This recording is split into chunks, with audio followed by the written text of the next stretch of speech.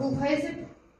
Осы есеп негізі қай әдіспен шығару керек соны сіздерге жазып қойған көпіршік әдісі. неге көпіршіктер бақылады? Көпіршік дегені бабыл сорт дейді, бабыл құзырқы метод дейді. Бабыл деген сағыз бар емес пе? Сол ғой сол көпіршік. Яғни олар екеуін салыстырады да Бабыл кері алға қалады. жіберіп ішін кейінге қалдырады.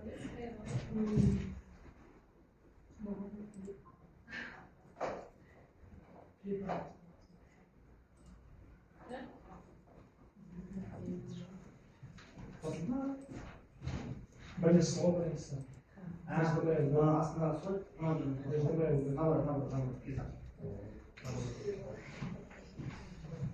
Қай есебеді үш па?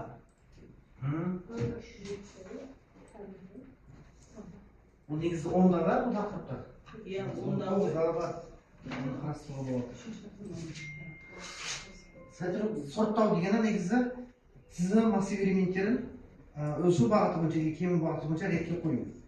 Сортировкада екі нәрсені ескеру керек. Уақыт және жады. Сортировка кезінде уақыт пен жады ескеріледі. Алгоритмі көп та, бірақ оншақты алгоритм бар, танып алып. Пузырьковый метод бұл ең қарапайым және ең алғашқылардың бірі, және ең жай істейтін түрі. Өте жай істейді ол. Өте баяу істейді. Негізі түрлері көп. Мынау ең қарапайым бабыл сорты.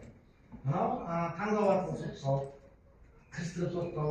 Мынау Quick сорт. Мынау Москвада 1964 жылы тапқан бұны. Бір швед біреу ойлап тапқан. Бірақ бұл Quick сорт бабыл сорттың негізінде жасалған алгоритм. Қазіргі таңда осы ең жылдан осы болады. Базасы мынау, бірақ өте жылдам. Қазір екі видеоролик көрсетемін. Shell сорттауы бар, түрлерге. Алғашқы екеуін қарап тұрсақ мектеп программасына жетеді да.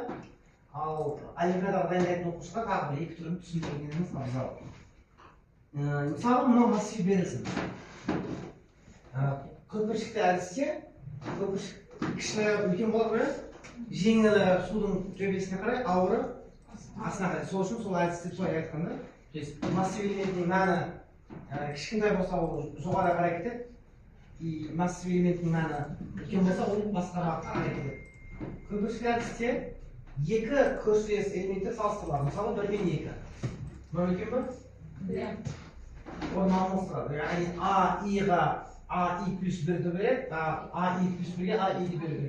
Екі элемент орын алмастырады. Жалпы қазір қанша элемент бізде? 5 элемент. Бұл жерде проход болады да, мысалы 5 элемент болса, бірінші проходта мына элемент 4 рет салыстырылады. Яғни 1, 2, 3, 4 рет. Яғни 51, 37 алмасты. Екінші қадамында алмасады. Бұрышқа барып өзінің орнын тапты. 51 точно 51-дің орны осы 5-ші позиция. Ең ауыр астына түседі. Иә, өзінің орнына барып түседі ол. Ең ауыр осы бұл. Енді бізде қанша элемент қалды? 4 элемент. Демек келесі жолы 3 рет салыстыру болады. Келесі циклдың келесі қадамында 51-ге тимейді. 37 мен 11. 11 алдына. И 37 мен 30. 37 мен 9. Екінші элемент табылады. Екінші үлкен элемент. Дәл сол тәсілмен тағы жалғасады. То есть екі элемент, то есть екі рет салыстырамыз, 3 элемент қалды. То есть қанша элемент қалса, салыстыру саны бізге аз болады. 3 элемент па, 2 рет салыстырамыз бізге.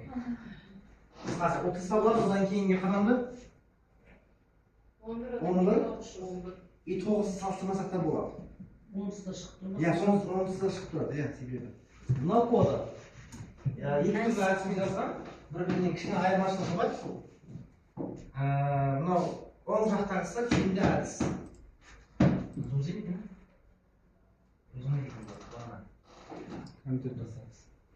Егер бәрін жасаңыздар, мынада тек 5 элемент ғана қарастырылған. Ал мына жерде элементтер саны қалағанда енгізсеңіз болады да, айырмашылығы бар. Сол үшін мына жерде 5 тұр, ал мына жерде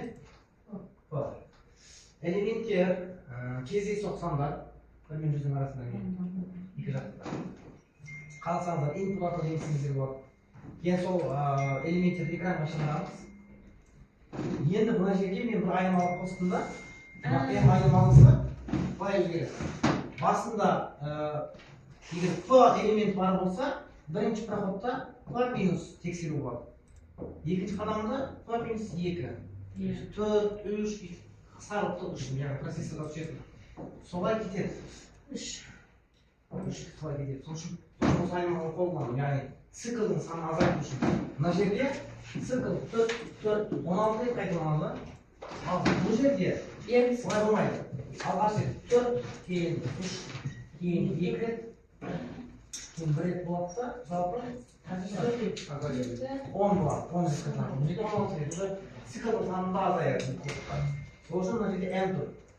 И мына жерде n минус i. То есть 4 болса, 4 минус 1, 4 минус 2, азай барады цикл. Және жылдам істейді. Сәл болса да жылдам істейді. Қатты емес, сәл болса да. Бұл кодты жіберемін сіздерге. Сұрақ бар ма осы жерге? Жіберіп қойсаңыз болады. Жіберемін. Жоқ, ЖКО метод солай істейді да, негізі. Екі элемент салыстырады, ары қарай кетеді.